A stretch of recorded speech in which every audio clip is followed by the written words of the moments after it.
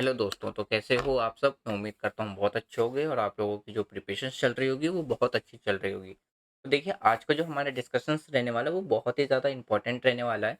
इसमें आज जो हम डिस्कस करेंगे ना, वो जो 2025 में जो यूपीएससी का जो प्रीलिम्स का पेपर हुआ था, उसको भी हम डिस्कस कर रहे हैं पार्ट बाई पार्ट। आज हमारा 13 पार्ट रहने वाला है, जिसमें हम क्वेश्चन नंबर 76 से लेकर के 86 तक, सॉरी, क्वेश्चन नंबर 77 से लेकर के हम क्वेश्चन नंबर 86 तक डिस्कस करेंगे। आज की जो लेक्चर रहेगा इसमें देखने को मिलेगा।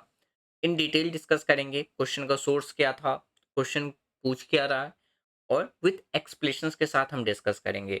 तो ये सिर्फ और सिर्फ यूपीएससी प्रीलिम्स जो 2026 में जो बच्चे अपना एग्ज़ाम देंगे, सिर्फ उनके लिए इम्पोर्टेंट नहीं है। या आप अगर सोचते हो कि सिर्फ यूपीएससी का जो प्रीवियस पेपर है, प्रीवियस ईयर का पेपर है, या इस साल का जो पेपर है, वो सिर्फ यूपीएससी एस्पिरेंट के लिए या यूपीएससी प्रीलिम्स के लिए इम्पोर्टेंट है, नहीं। अगर आप एसएससी या रेलवे, पीसीएस जैसे एग्ज़ाम की भी प्रिपरेशंस कर रहे हो ना, तो उसके लिए भी ये काफ़ी ज़्यादा इम्पोर्टेंट है। ये बैंकिंग से थोड़ा-सा अलग हो जाता है, तो बैंकिंग मैंने ऐड नहीं करी है, क्योंकि बैंकिंग में मोस्टली न्यूमेरिकल्स और उनके जो फाइनेंस एनवायरनमेंट, सॉरी, फाइनेंस या जो इकोनॉमिक्स होते हैं, उन सब से रिलेटेड होते हैं। तो इसमें अगर उससे रिलेटेड कोई क्वेश्चन है, यानी कि इकोनॉमिक्स वाले अगर टॉपिक से रिलेटेड कोई क्वेश्चन आता है जो फाइनेंस से रिलेटेड है, तो आप कह सकते हो कि वो बैंकिंग के लिए भी इम्पोर्टेंट है।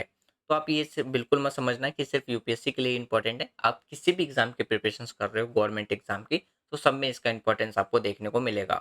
तो यहाँ पे जैसे मैंने कुछ बेसिक इन्फॉर्मेटिव चीजें लिख रखी है, जो आज के टाइम पे हर एक जो यूपीएससी एस्पिरेंट्स होते हैं, जो यूपीएससी जैसे एग्जाम्स के प्रिपरेशंस करते हैं, उनको पता होता है कि जो यूपीएससी है अपने एग्जाम किस तरीके से लेती है, कौन कौन से सब्जेक्ट्स पूछे जाते हैं। तो जैसे कि मेन सब्जेक्ट की बात करें तो ज्योग्राफी, पॉलिटी, हिस्ट्री, इकोनॉमी देखने को मिलेगा। Current affair, important date and theme, scheme, योजना, इन सबसे आपको चीज़ें देखने को मिलेंगी। तो यूपीएससी अपने प्रीलिम्स में पूछता है, ये जीएस के पेपर में पूछा जाता है। बाकी सीसेट का पेपर अलग होता है, सीसेट में उनका रीजनिंग, एप्टीट्यूड, ये सारी चीज़ें पूछी जाती है, पैराग्राफ, केस स्टडी सब पूछा जाता है। तो देखिए, बस सवाल यही आता है कि जो यूपीएससी का जो पहला स्टेज होता है, जो इसको हम प्रीलिम्स का पेपर कहते हैं, ये हमें सिर्फ क्वालिफाई करना होता है। इसमें दोनों में अगर हम जीएस की बात करें, तो जीएस में आपको कितने क्वेश्चन देखने को मिलेगा? 100 क्वेश्चन देखने को मिलेगा। और सीसेट की बात करें, तो सीसेट में आपको कितने क्वेश्चन देखने को मिलेंगे? 80 क्वेश्चन देखने को मिलेगा। जीएस का हर एक क्वेश्चन 2 मार्क्स का होता है और सीसेट का हर एक क्वेश्चन 2.5 मार्क्स का होता है। तो जीएस के लिए आपको कट ऑफ लिस्ट में आना होता है, और सीसेट आपको सिर्फ और सिर्फ क्या करना होता है? क्वालिफाई करना होता है, यानी कि 33% चाहिए होते हैं। इन शॉर्ट, 200 मार्क्स में से आपको कितने मार्क्स चाहिए होते हैं? 66 मार्क्स चाहिए होते हैं सीसेट क्वालिफाई करने के लिए। लेकिन प्रीलिम्स क्वालिफाई तभी होगा जब आपका दोनों पेपर क्लियर होगा। जैसे यहाँ पे ना मैंने 5 साल का कट ऑफ लिस्ट लिख रखा है। जनरल कैटेगरी का है, क्योंकि सबसे ज़्यादा जो कट ऑफ जाता है वो जनरल कैटेगरी का ही जाता है, कैटेगरी का। तो जैसे 2024 की देख लो, 87.98 मार्क्स का कट ऑफ लिस्ट था। 2023 की बात करें तो 75.41, 2022 की बात करें तो 88.22, 2021 की बात करें तो 87.54, 2020 की बात करें तो 92.51 मार्क्स का कट ऑफ था। एक चीज़ याद रखिएगा, जितना ज़्यादा कट ऑफ जाता है ना, तो मतलब पेपर उतना ज़्यादा ईज़ी आया था, तब जाके कट ऑफ हाई जाता है। और आपको पता है यूपीएससी अपना पेपर किस तरीके से पूछती है। तो आपको अपना टारगेट लेकर के चलना है, हार्डली ज़्यादा से ज़्यादा आपको कितना लेके चलना है? 100 से 110 का टारगेट लेकर के आप चलो, आपका प्रीलिम्स क्वालीफाई हो जाएगा जीएस का। और सीसेट आपको कितना लाना है? इसमें 33% लाना है। मैं ये नहीं कहूँगा कि सीसेट पर बिल्कुल भी फोकस मत करो, आपको सीसेट भी लेकर के चलना है। क्यों? क्योंकि बहुत ऐसे कैंडिडेट होते हैं जिनका जीएस तो क्लियर हो जाता है, बस सीसेट में वो रह जाते हैं, जिनकी वजह से उनका प्रीलिम्स क्वालीफाई नहीं हो पाता है। और पहला ही स्टेज अगर आपका क्वालीफाई नहीं होगा, तो आप मेंस में नहीं बैठ पाओगे। तो आपको ना तो पूरे 100 क्वेश्चन अटेम्प्ट करने हैं, और ना आपको सीसेट इग्नोर करना है। आपको मेनली क्या होते हैं, मेनली क्या है, वो क्वेश्चन अटेम्प्ट करने हैं जिसमें आपको लगता है कि हाँ, इसका आंसर आपके अकॉर्डिंग सही है। क्योंकि यूपीएससी जब अपना पेपर सेट करता है, तो वो 3 लेवल पे अपना पेपर सेट करता है। ईज़ी, मॉडरेट, मॉडरेट मतलब ना ज़्यादा हार्ड ना ज़्यादा ईज़ी, मीडियम क्वेश्चन रहते हैं। और तीसरे लेवल पे रहता है हार्ड। अगर वो जो क्वेश्चन आपको बहुत ज़्यादा डिफ़िकल्ट लग रहा है ना, तो वो सिर्फ़ आपके लिए नहीं है, एग्ज़ाम हॉल में बैठा हुआ हर एक स्टूडेंट के लिए वो पेपर क्वेश्चन हार्ड होता है। तो आपको सबसे ज़्यादा फ़ोकस करना है ईज़ी एंड मॉडरेट क्वेश्चन पे। इन्हीं दोनों क्वेश्चन से आपका क्या हो जाएगा, प्रीलिम्स क्वालीफाई हो जाएगा। क्यों? क्योंकि रैंकिंग में आपका प्रीलिम्स का मार्क्स कहीं काउंट नहीं होता है। जो रैंकिंग में आपके सिर्फ़ और सिर्फ़ मेंस और इंटरव्यू के मार्क्स काउंट होते हैं। तो प्रीलिम्स सिर्फ़ और सिर्फ़ आपको किसी तरीके से करके क्या करना है, क्वालीफाई करना है बस। और अगर आप एक क्वेश्चन भी गलत करते हो तो आपका जो नेगेटिव मार्क्स जाएगा वो 0.66 नेगेटिव मार्क्स जाता है। तो इसीलिए आपको क्वेश्चन गलत नहीं करने और वही क्वेश्चन अटेम्प्ट करना है जिसमें आपको क्या हो, आप श्योर हो कि आपका आंसर क्या होगा, सही होगा। मतलब आप ये समझिए, आपके पास जो 2 घंटे का टाइम है, यानी कि जो 120 मिनट का जो आपके पास टाइम है, इसमें आपको क्या करना है, 100 क्वेश्चन में से 50 से 55 वो क्वेश्चन आपको अटेम्प्ट करने हैं जिसमें आपको आपको क्या हो, आप श्योर हो कि आपका आंसर क्या होना चाहिए, बिल्कुल सही होना चाहिए। मैं इसलिए कह रहा हूँ कि आपको जो टारगेट लेके चलना है वो 100 से 110 के बीच में लेके चलना है। आप पूरा लिस्ट उठा के देख लो, मतलब 5 साल का जो कट ऑफ लिस्ट है उसमें कहीं पे भी 95 तक का मार्क्स क्रॉस नहीं किया है। अगर आप 110 मार्क्स का टारगेट लेके चल रहे हो और आपके 110 मार्क्स आ रहे हैं, तो इन शॉर्ट आप ऑलरेडी सेफ ज़ोन में हो कि आपका प्रीलिम्स क्लियर हो जाएगा। इसलिए ज़्यादा टेंशन लेने की बात नहीं है, आपको बस सिर्फ़ और सिर्फ़ सेलेक्टेड क्वेश्चन पे ही टिक करने हैं। क्वेश्चन नंबर के अटेम्प्ट की बात करें तो क्वेश्चन नंबर अगर आप देख लो तो 2025 में और 2024 के लिखे हुए हैं। 2025 में एनवायरनमेंट से 10 क्वेश्चन, हिस्ट्री से 12 क्वेश्चन, पॉलिटी से 15 क्वेश्चन, ज्योग्राफी से 14 क्वेश्चन, साइंस एंड टेक से 15 क्वेश्चन, इकोनॉमिक्स से 21 क्वेश्चन और करंट अफेयर से 13 क्वेश्चन पूछे गए थे। अगर आप सिर्फ़ और सिर्फ़ हिस्ट्री, पॉलिटी, ज्योग्राफी या इकोनॉमिक्स लेके भी अगर आप चल रहे हो तो आपका प्रीलिम्स क्वालीफाई हो सकता है। यही चीज़ आप 2024 का भी पेपर को एनालाइज़ कर लो। एनवायरनमेंट से 15 क्वेश्चन, हिस्ट्री से 12 क्वेश्चन, पॉलिटी से 15 क्वेश्चन, ज्योग्राफी से 18 क्वेश्चन, साइंस एंड टेक से 13 क्वेश्चन, इकोनॉमिक्स से 14 क्वेश्चन और करंट अफेयर से 13 क्वेश्चन पूछे गए थे 2024 में। तो ये मोटा-मोटा एक ओवरव्यू था। अब हम डिस्कस करते हैं अपना आज का डिस्कशन। देखना आज का जो रहेगा ना हमारा काफ़ी ज़्यादा इन्फॉर्मेटिव रहने वाला है, तो एंड तक ज़रूर देखना। इसके बाद हम जो हमारी रिवीजन की क्लास रह गई है इंडियन पॉलिटी, उसको भी हम कंप्लीट करेंगे। अभी हमारा तीसरा चैप्टर रह गया है silent feature of Indian constitution, उसकी क्लासेस आपको कल देखने को मिल जाएंगी। तो ऑलरेडी ये सारी जो वीडियो है ना, ये सारे क्वेश्चन ऑलरेडी अपलोडेड है, आप प्लेलिस्ट में जा करके देख सकते हैं।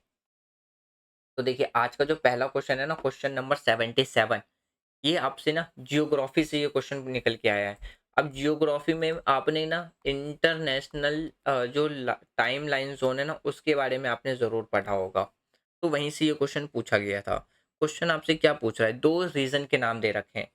दोनों रीजन में से बताना है कि जो टाइम जोन है, मतलब दो स्टेटमेंट दिए, आप इन शॉर्ट ये समझिए ना। क्वेश्चन सबसे पहले कहाँ से आ रहा है, जियोग्राफी से क्वेश्चन पूछा गया है। और जियोग्राफी में किससे, जो टाइम ज़ोन है इंटरनेशनल डेट टाइमलाइन का, वहाँ से ये क्वेश्चन पूछा गया है।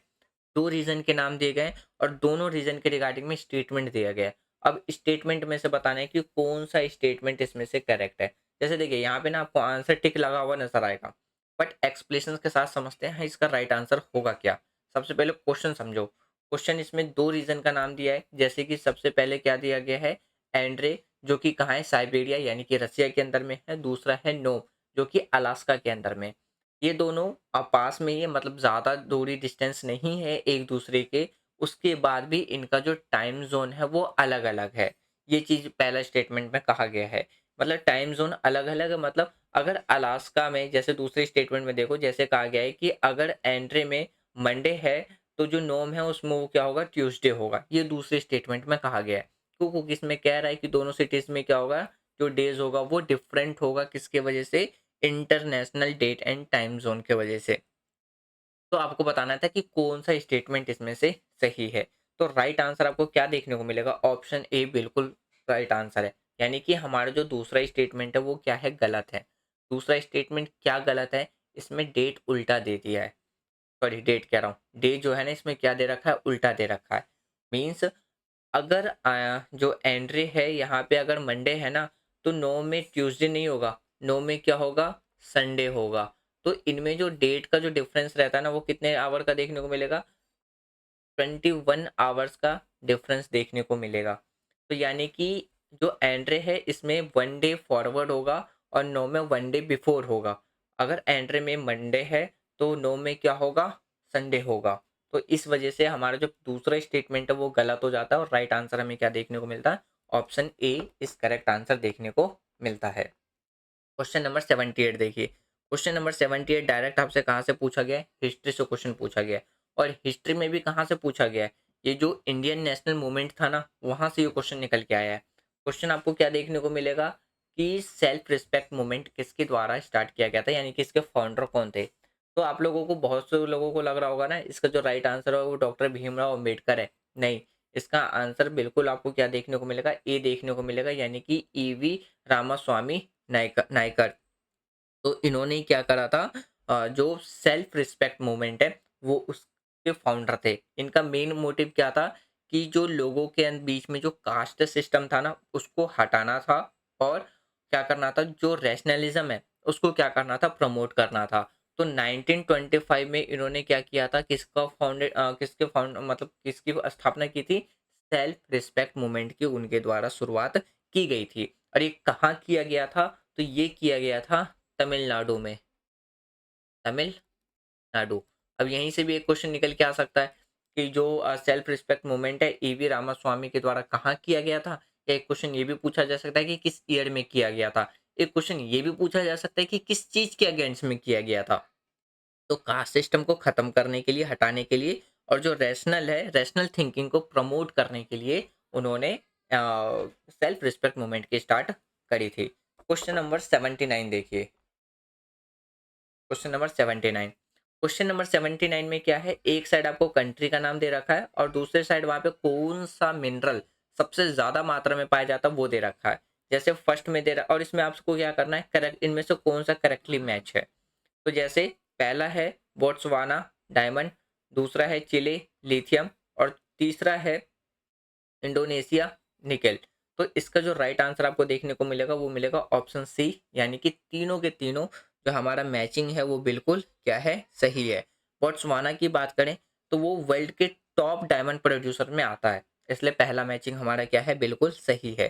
चिले की बात करते हैं, यहाँ पे लिथियम की बात की गई है। तो ये चिले जो है ना वो लिथियम ट्रायंगल में आता है जिसमें तीन देश हैं, यानी कि अगर हम तीन कंट्री की बात करते हैं, पहला है अर्जेंटीना, दूसरा है बोल्विया, और तीसरा आपको क्या देखने को मिलेगा, चिले देखने को मिलेगा, जो कि टॉप लिथियम एक्सपोर्टर कंट्री है। तो हमारा दूसरा मैचिंग भी क्या हो जाता है, सही हो जाता है। तीसरा है इंडोनेशिया। इंडोनेशिया की बात करें तो निकल का लार्जेस्ट प्रोड्यूसर है वर्ल्ड लेवल पे। तो इसलिए हमारा जो राइट आंसर है ना वो आपको क्या देखने को मिलेगा, ऑप्शन सी इस करेक्ट आंसर देखने को मिलेगा। क्वेश्चन नंबर 80 देखिए। क्वेश्चन नंबर 80 में क्या है, आपके पास एक साइड रीजन का नाम दे रखा है, यानी कि जगह का नाम दे रखा है, कंट्री की जगह का नाम, और दूसरी साइड वो कंट्री दे रखा है। अब बताना है कि इनमें से कौन सा रीजन कंट्री से करेक्टली मैच है उसके इंफॉर्मेशन के रिगार्डिंग। जैसे पहला दे रखा है हमारे पास मलोरोका इटली, दूसरा दे रखा है नॉर्मेडी स्पेन, और तीसरा दे रखा है हमारे पास सार्डिनिया फ्रांस। अब इनमें से बताना है रीजन और कंट्री के इंफॉर्मेशन करेक्टली मैच क्या है, कौन से हैं। तो ये थोड़ा सा डीपली क्वेश्चन पूछा गया है। तो इसका जो राइट आंसर आपको देखने को मिलेगा वो आपको देखने को मिलेगा ऑप्शन डी, यानी कि एक भी करेक्टली मैच नहीं है। अब करेक्टली मैच क्यों नहीं है वो देखो। सबसे पहले अगर हम फर्स्ट मैचिंग की बात करें ना, मेलोरोका, ये आपको कहाँ, इटली में देखने को नहीं मिलेगा। ये कहाँ पे है, ये रीजन आपको स्पेन में देखने को मिलेगा, इसलिए ये गलत है। दूसरा, अगर हम नॉर्मैडी की बात करें तो ये इसमें स्पेन में नहीं, ये आपको कहाँ देखने को मिलेगा, फ्रांस में देखने को मिलेगा, इसलिए ये मैचिंग भी गलत है। बाकी आपको पता चल गया कि अगर हम सार्दिनिया की बात करते तो ये आपको कहाँ देखने को मिलेगा, फ्रांस में ना देख करके इटली में देखने को मिलेगा। अब क्वेश्चन ये आता है कि किस रीजन की वजह से फेमस है। अगर हम मेलोरोका की बात करें तो ये स्पेन की क्या है, एक आइलैंड है। पहला इन्फॉर्मेशन ये याद रखिएगा। नॉर्मैडी की बात करते हैं तो ये फ्रांस का क्या है, एक हिस्टोरिकल जगह है। तीसरा जो रीजन का नाम दे रखा है सार्दिनिया, ये क्या है, ये इटली का सेकंड लार्जेस्ट आइलैंड है। तो ये इसकी एक बेसिक इन्फॉर्मेशन थी, और उसी के रिगार्डिंग में आपको क्या करना था, करेक्टली मैच करना था। राइट आंसर आपको क्या देखने को मिलेगा, ऑप्शन डी इस करेक्ट आंसर देखने को मिलेगा। क्वेश्चन नंबर 81 देखिए। 81 में आपके पास दो स्टेटमेंट है, और दो स्टेटमेंट में से बताना है कि कौन सा स्टेटमेंट इसमें से करेक्ट है।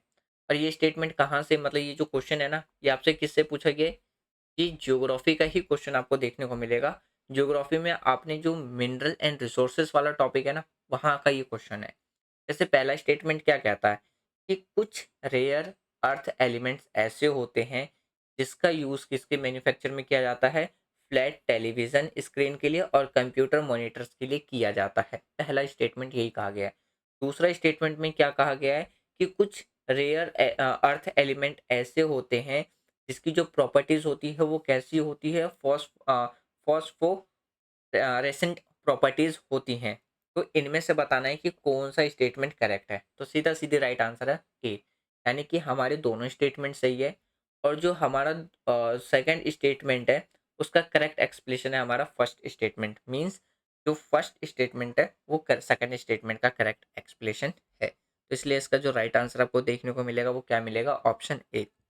रेयर एलिमेंट अर्थ जैसे कि यूरोपियम और ट्रेबियम जो कि फॉस्फोरेसेंट होते हैं, इसी वजह से हमें क्या है स्क्रीन में ब्राइट कलर मिलता है। तो इसी वजह से हमारा दोनों जो स्टेटमेंट है वो क्या हो जाता है, सही हो जाता है। क्वेश्चन नंबर 82 देखिए। क्वेश्चन नंबर 82 में आपसे क्या पूछा गया, आप एक चीज देखिए, अभी तक हम क्या डिस्कस कर रहे थे, तो कौन सा स्टेटमेंट सही है। लेकिन क्वेश्चन नंबर 82 में क्या पूछ लिया कि कौन सा स्टेटमेंट इसमें से नॉट करेक्ट है, मतलब गलत है। आपको ये बताना है।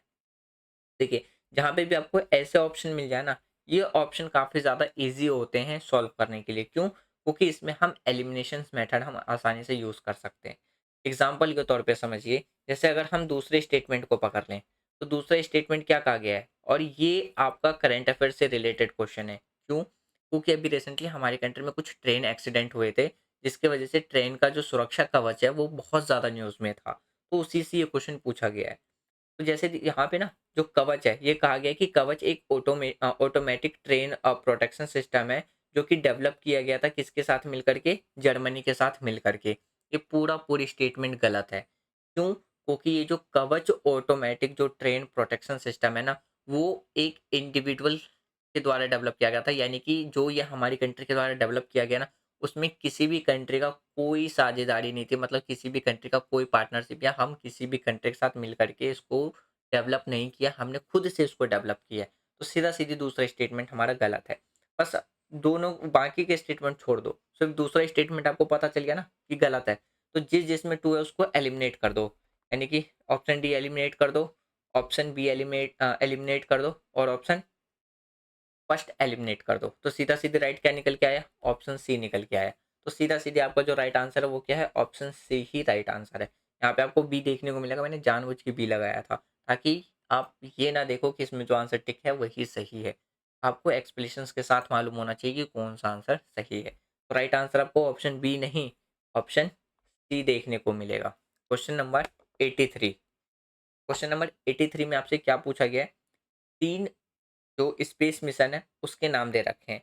अब इसमें से आपको बताना है कि ऐसे कितने स्पेस मिशन हैं जो कि इनकरेज करता है और सपोर्ट करता है माइक्रो ग्रेविटी रिसर्च को। अब बताना था कि कौन सा इसमें से सही है। तो जैसे कि अगर हम फर्स्ट की बात करें ना, कि जैसे अगर हम फर्स्ट बात करें, ये हमें क्या देखने को मिलता है, एक्समोस।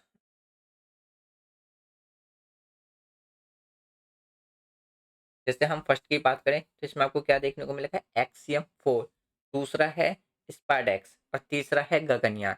अब इनमें से बताना था कि कौन ऐसा स्पेस मिशन है जो कि इसको सपोर्ट करता है, माइक्रो ग्रेविटी रिसर्च को सपोर्ट करता है। तो इसका जो राइट आंसर अगर आपको देखने को मिलेगा ना, वो देखने को मिलेगा ऑप्शन सी, यानी कि तीनों के तीनों। तो इसका जो राइट आंसर मैंने बताया कि तीनों ही सही है। लेकिन क्वेश्चन आपको पता है ये कहाँ से पूछा गया था? ये क्वेश्चन आपसे पूछा गया है साइंस एंड टेक से। साइंस और टेक से ये क्वेश्चन कहाँ से निकाल दिया? ये पूछा गया था करंट अफेयर से। सबसे पहले ना ये समझिए कि ये जो माइक्रो ग्रेविटी रिसर्च है ना, वो होता क्या है? अगर हम माइक्रो ग्रेविटी रिसर्च की बात करें ना, तो ये एक जो एस्ट्रोनॉट्स होते हैं ना, उनकी हेल्थ, बायोलॉजी और मटेरियल साइंस में यानी कि में होती हैं। तीनों मिशंस इनके क्या है, एक्सपेरिमेंट से होते हैं। तो इसलिए इसका जो राइट आंसर है ना, ऑप्शन सी देखने को मिलेगा। अब समझिए देखिए, जो अगर हम बात करें एमॉक्स 4 है, वो क्या है, एक कॉमर्शियल आईएसआई मिशन था जो कि माइक्रोग्रेविटी एक्सपेरिमेंट में होता है। तो पहला सही हो गया हमारा। अब बात करते हैं स्पैडेक्स। ये इसरो का एक प्रोजेक्ट है, किसके लिए, डॉकिंग के लिए, जिसमें माइक्रोग्रेविटी टेस्ट के लिए था। तो दूसरा भी हमारा सही हो गया। तीसरे की बात करते हैं गगनयान, यानी कि ये इसरो का एक ह्यूमन स्पेस फ्लाइट है जो कि माइक्रोग्रेविटी एक्सपेरिमेंट में होता है।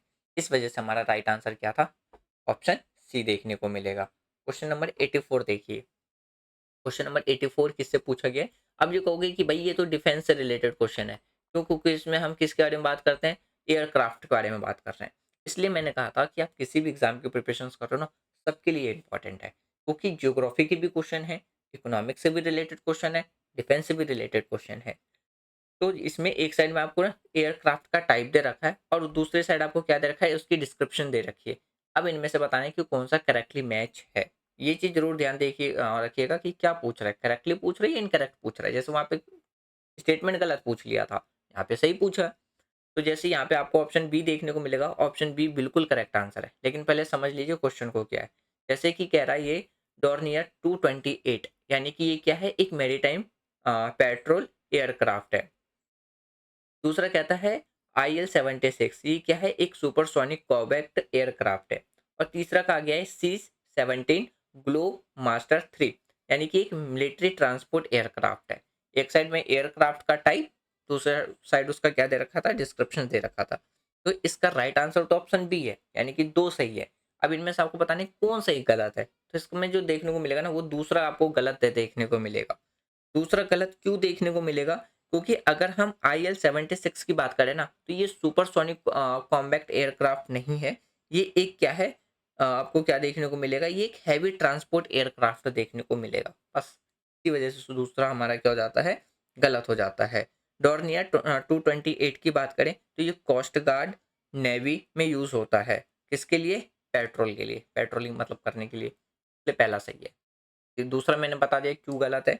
और तीसरा देखिए, C-17 ये यूएसए के लिए, यानी कि यूएसए से लिया गया एक मिलिट्री ट्रांसपोर्ट एयरक्राफ्ट है। तो ये भी हमारा क्या है, सही है। राइट आंसर आपको क्या देखने को मिलेगा, ऑप्शन बी देखने को मिलेगा। क्वेश्चन नंबर 85 देखिए। 85 में क्या पूछा गया, आर्टिफिशियल रेन के रिगार्डिंग में ये क्वेश्चन पूछा गया था। क्वेश्चन क्या पूछ रहा है, अब देखिए ये भी, एक तो ये आपका किससे बन जाता है, साइंस एंड टेक का क्वेश्चन बन जाता है, साइंस एंड टेक। और ये भी क्वेश्चन आपका कहाँ से निकल के आया पता है, करंट अफेयर से निकल के आया है। क्यों, क्योंकि एयर पॉल्यूशन को जो रिड्यूस करने के लिए आर्ट कहा जाता है कि अगर हम आर्टिफिशियल रेन कराएं तो काफी हद तक हम एयर पॉल्यूशन को क्या कर सकते हैं, कम कर सकते हैं। उसी के रिगार्डिंग में ये क्वेश्चन पूछा गया है। तो देखिए अगर हम क्वेश्चन नंबर जो हमारा 85 है ना, तो इसका जो मैंने क्वेश्चन बता दिया, artificial way of causing rainfall to reduce air pollution make use, यानी कि जो आर्टिफिशियल रेन का जो हम यूज करते हैं एयर पॉल्यूशन को कम करने के लिए, वो कैसे बनाया जाता है, वो कैसे बनते हैं, इसका मतलब सीधा सीधी सवाल पूछा गया था। तो अगर हम इसकी बात करें तो ऑप्शन ए देखने को मिलेगा, यानी कि silver iodide and potassium iodide. ठीक है। तो आर्टिफिशियल रेन, ये क्लाउड शेडिंग में सिल्वर आयोडाइड यानी कि AgI और पोटेशियम आयोडाइड यानी कि Ki का यूज होता है। ये कोऑर्डिनेशंस न्यूक्लाई बनाते हैं, तो जिसकी वजह से हमें क्या देखने को मिलता है, एक आर्टिफिशियल रेन देखने को मिलता है। तो राइट आंसर आपको क्या देखने को मिलेगा, ऑप्शन ए देखने को मिलेगा। क्वेश्चन नंबर देखिए 86, आज का जो लास्ट क्वेश्चन है। और ये वाला जो क्वेश्चन पूछा गया है, ये आपसे क्या पूछ रहा है कि जो पार्डोइंग पावर है प्रेसिडेंट के, पार्डोइंग मतलब माफ करने की जो पावर होती है, ये क्वेश्चन पूछा गया है ना, सीधा सीधे कहाँ से, M लक्ष्मीकांत के बुक से देखने को मिल जाएगा, अगर आपने द प्रेसिडेंट वाला चैप्टर पढ़ा होगा तो। जो हमारी कंट्री के अंदर में जो प्रेसिडेंट होते हैं, उनके जो माफ कर, सजा माफ करने की जो वो होती है, पावर होती है, उसके रिगार्डिंग में दो स्टेटमेंट दिए गए हैं, तो दोनों में से बताना है कि कौन सा स्टेटमेंट सही है। जैसे अगर हम फर्स्ट स्टेटमेंट की बात करते हैं, तो power of president is judicially, यानी कि रिव्यूएबल, यानी कि जो प्रेसिडेंट के पास पावर होती है वो क्या होती है, एक लिमिटेड जुडिशियल रिव्यूअल वाली पावर होती है। दूसरा स्टेटमेंट में कहा गया है कि प्रेसिडेंट बिना सेंट्रल गवर्नमेंट के एडवाइस के पावर पावर यूज कर सकते हैं। ये स्टेटमेंट गलत है। तो इसलिए इसका जो राइट आंसर आपको देखने को मिलेगा ऑप्शन ए देखने को मिलेगा, यानी कि सिर्फ और सिर्फ पहला ही स्टेटमेंट सही है। ठीक है, सुप्रीम कोर्ट ने कहा है कि जो प्रेसिडेंट है, प्रेसिडेंट का pardon power limited judicial review के अंदर में आ सकता है। तो पहला स्टेटमेंट सही है। लेकिन अगर हम दूसरे स्टेटमेंट की बात करें, लेकिन जो प्रेसिडेंट है, president advice of council of minister के बिना ये पावर नहीं चला सकते हैं। ये बात किस में रखी गई है? आर्टिकल 74 में ये बात रखी गई है। तो इसीलिए हमारा जो दूसरा स्टेटमेंट है वो गलत है। तो राइट आंसर हमें क्या देखने को मिलेगा? Option A is correct answer. तो मैं उम्मीद करता हूँ कि जो आज हमने डिस्कस करा वो आपके लिए बहुत ज़्यादा यूज़फुल रहा होगा। अगर आपको वीडियो में कोई और इम्प्रूवमेंट चाहते हैं या कोई चेंजेस चाहते हैं, कमेंट बॉक्स ओपन है, आप कमेंट बॉक्स में ज़रूर बताइए। मिलते हैं हम नेक्स्ट वीडियो और रिवीजन चैप्टर के साथ।